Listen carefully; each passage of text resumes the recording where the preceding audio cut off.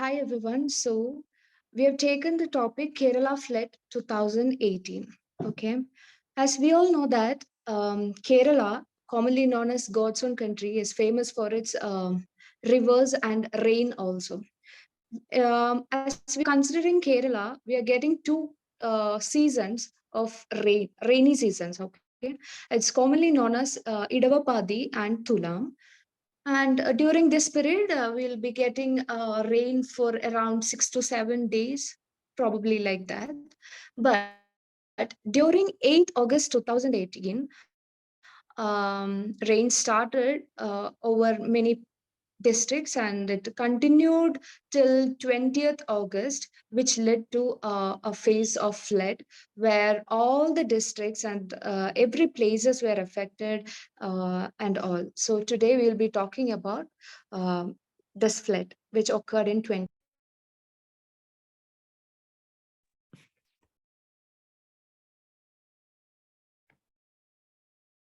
So here we have a graph showing the average rainfall.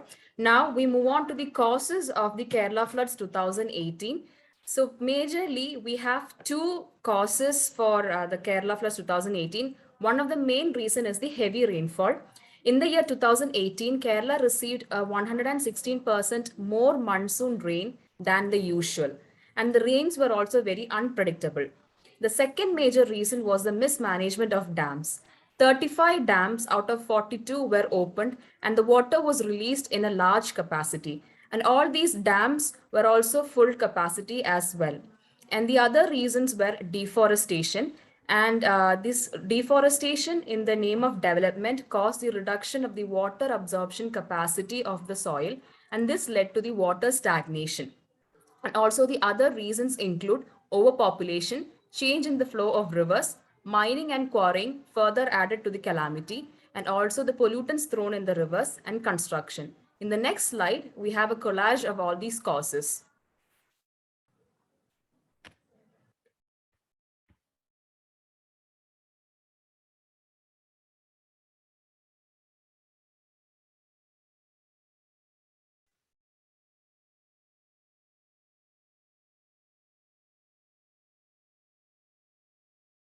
Next, we are going to talk about the impacts of Kerala flood 2018.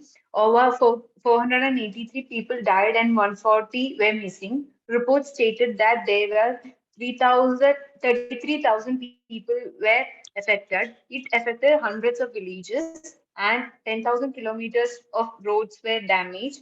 Cochin International Airport, one of the biggest airport operations, got suspended. Thousands of houses were destroyed. Due to heavy rains and rising water level, Southern Railway suspended the trains. The tourist sector got severely affected. Next.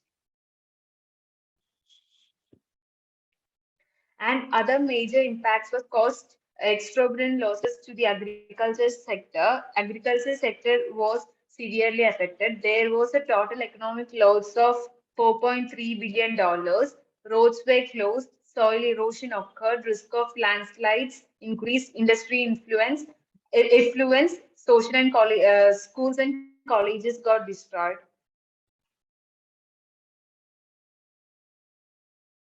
Next.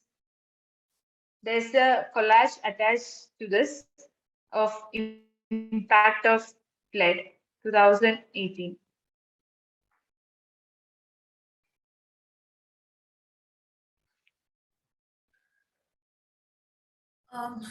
So, good afternoon, everyone. Hoping all are doing good. So, my name is Vaishna Prabhakaran, and I'll be doing the rescue, the emergency measures, as well as the cost of recovery. So, when the Kerala floods happened during the year 2018, a lot of people and a lot of teams they came into the affected area for the purpose of rescue and for the purpose of evacuation. So, in that, the first one was the National Disaster Response Force, or NDRF, which is a rescue team of the 58 teams. Basically, they divided into 58 teams, and they rescued so many people, and they evacuated as well, and they even gave the medical assistance. Then secondly, we have the fishermen. So basically, they reached out to the severely affected areas, and they were even the part of the rescue team, and they evacuated so many people by boats. Then Indian Air Force. So basically, they used all helicopters for the purpose of evacuation purpose.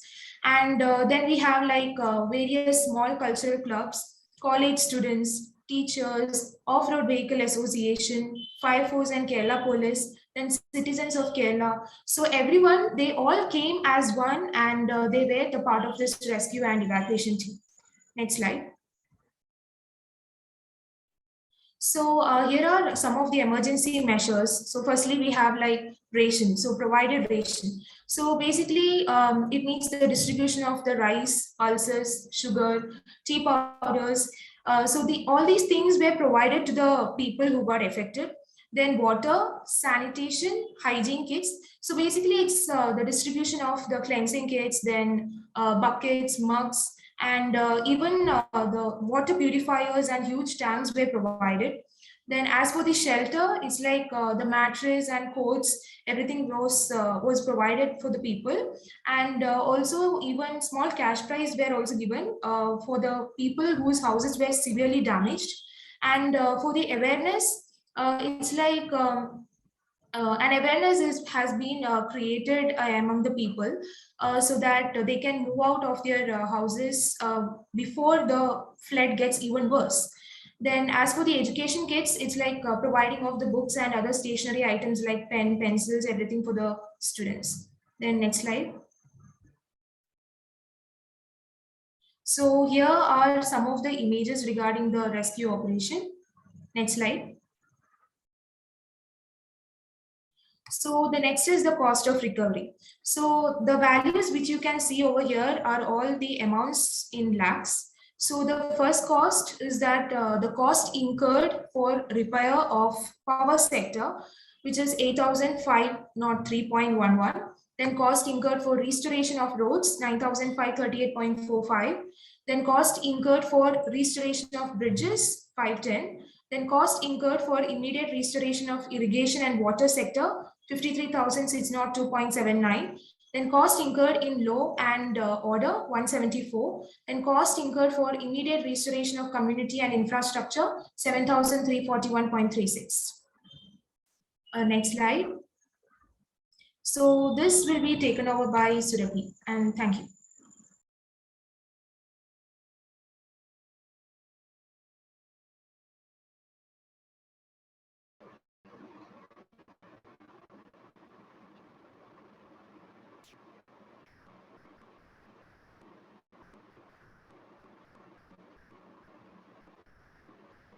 So these are the NGOs that contributed to the Kerala Flood 2018.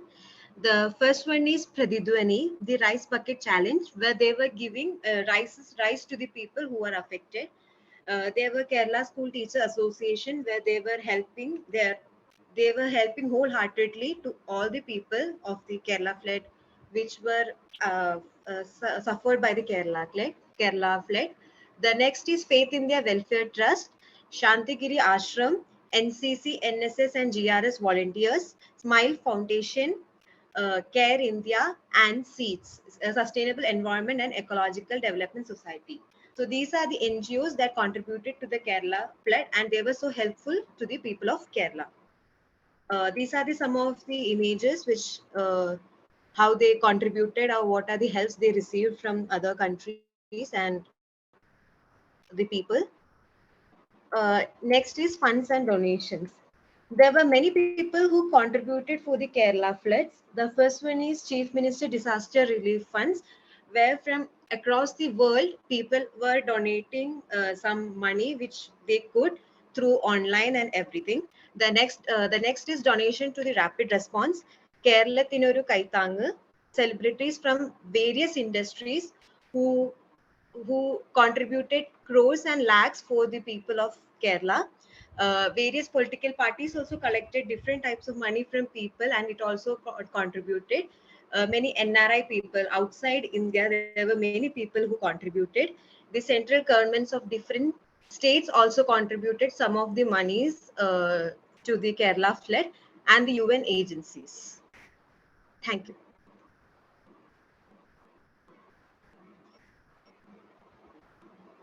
Hello, good evening. My name is Navaneeth, and I'm going to talk about the measures taken by the government after the flood. Actually, after flood came in 2018, the government took measures that is, they started to closely monitor the dams, water quantity in the dams, and ahead of monsoon, they spread awareness to the public in low-lying areas and in coastal areas. And emergency relief camps are set up in various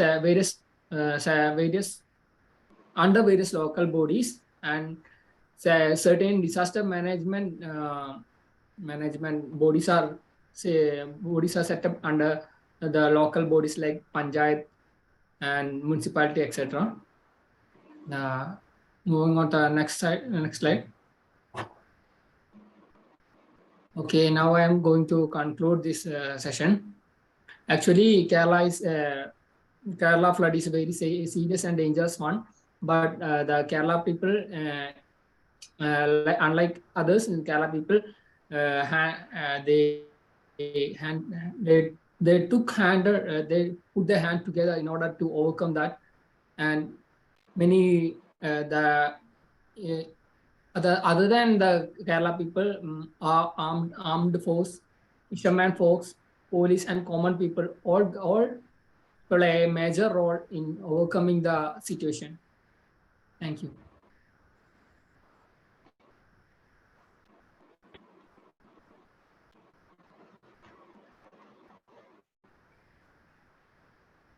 Thank you.